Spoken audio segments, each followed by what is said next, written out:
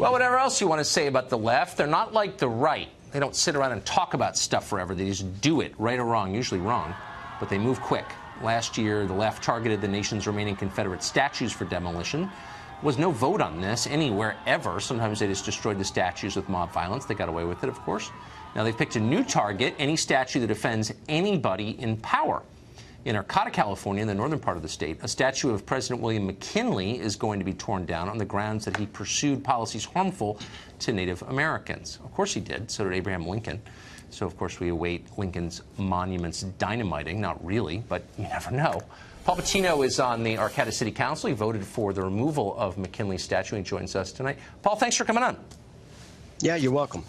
So, you know, I'm not for tearing statues down without a vote, but of all the people whose statue you could tear down, why McKinley? It's the only one we got. Okay, good answer. But, I mean, here you have a guy who joined the Union Army at 18 to fight the Confederacy, spent, you know, years in battle. I don't think he has a reputation as a particularly cruel guy. He himself was a victim of gun violence, as you know. Why are you picking on him?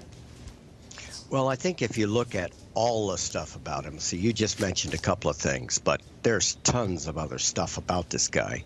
And when you take the totality of everything he was responsible for and what happened during his presidency, you look at it and you go, okay, positive, negative. If today I was offered that statue as a city councilman, I'd say no, thank you. So basically, I'm correcting a 112-year-old error of judgment. Well, I don't know if that's your place. I mean, you didn't put the statue there. Are you having a town-wide vote on this? Here's what's happening. The city council 112 years or so ago decided to put it there, and the city council has the power to remove it. If indeed the citizens don't want that to happen, we have referendum and initiative here in California that happens constantly. And so it can be simply 1,000 signatures and be on the ballot. Well, why don't you just let them vote anyway? I mean, you don't have to wait for them to do that. But hold on. I just wonder how you would feel. Let's say there's a Paul Patino statue. I hope, obviously, there never is. But let's say there was. How would you like to be assessed on every bad thing you did? I'm sure you've done good things. I'm positive you've done some pretty bad things. I can just tell. How would you like it if people said, we got to tear this statue down? He was flawed. I mean, shouldn't we be a little more forgiving than that of people? Let me say this. I don't think any human being deserves a statue. We're all equals. I think it's a mistake to put statues up for humans. You know, Statue of Liberty, it works because that's not a human, okay? It's a replica or a stylized person. When you put up a human, you're always going to have a problem. No matter what human, whether it's Mussolini or whoever, it's a problem. I have to say, I wasn't expecting you to say that. You're kind of winning me over a little bit with that argument because I think that's actually true. And we shouldn't be worshiping politicians. Even the good ones are not that good.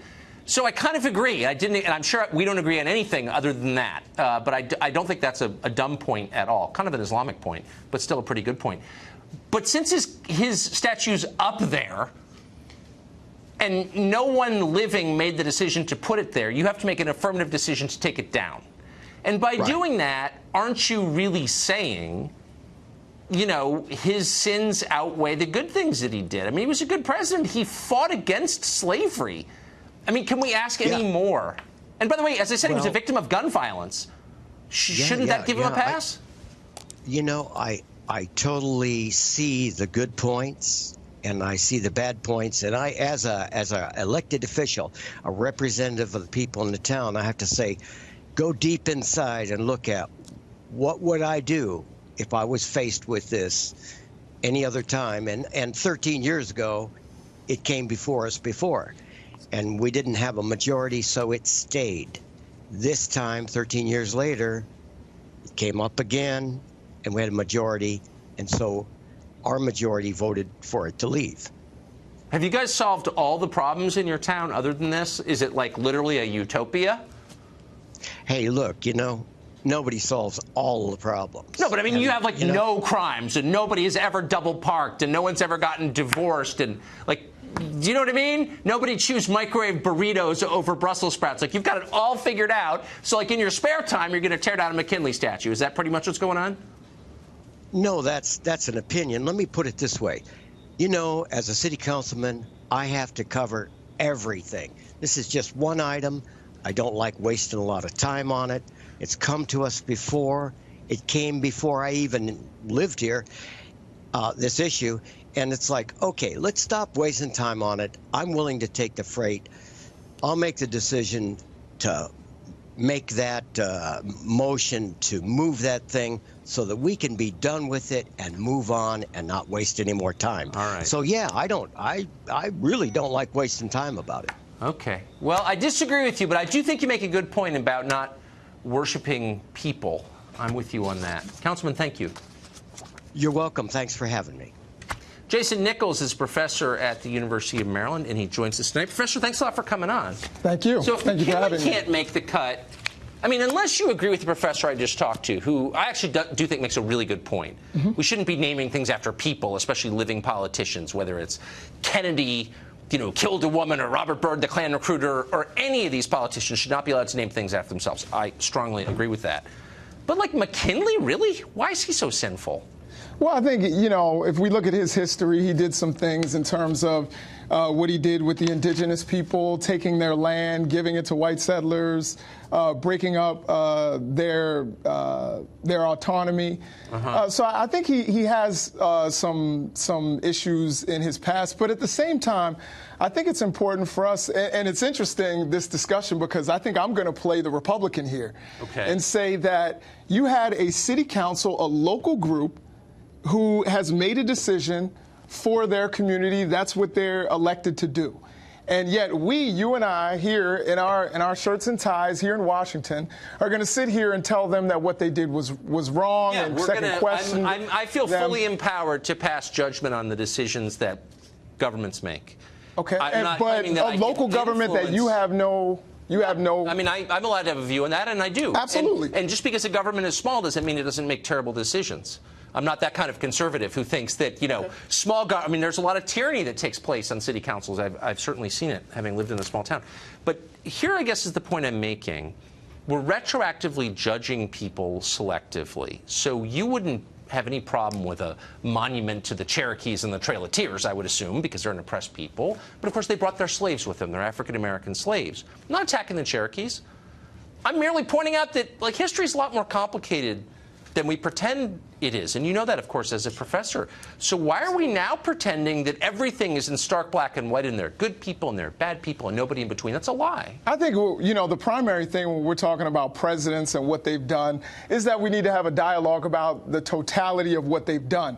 I'm just saying in this particular case, and the most important point to me is that activists say that they are going to raise the $65,000 that it takes to remove the statue. So it's not even going to be a burden upon the taxpayers. No, but it's going to be housed somewhere. They have a veterans place. It's just your classic kind of Red Guard nonsense where we destroy the past, thinking that that's going to create a new future. It's just stupid. I mean, Tucker, that's not a destruction of the past. Well, of course it is. The past still exists. And they said they're going to move it indoors, just like I said with Confederate statues. Nobody is actually offended by this. That's not true. Offended by William McKinley? There's a Native American community 20 miles south of Arcata who said that they don't like seeing this statue. Okay, we're going to talk to one of them tomorrow. And look, I try to respect people's opinions. Sure.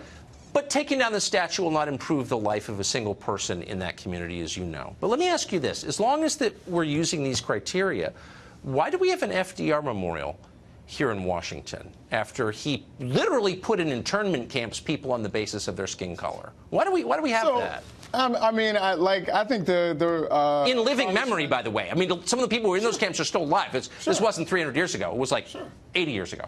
Yeah. No, I think you're trying to make an argument that I'm not making, or you're trying to sit here and debate with me on something on a point that I'm not making.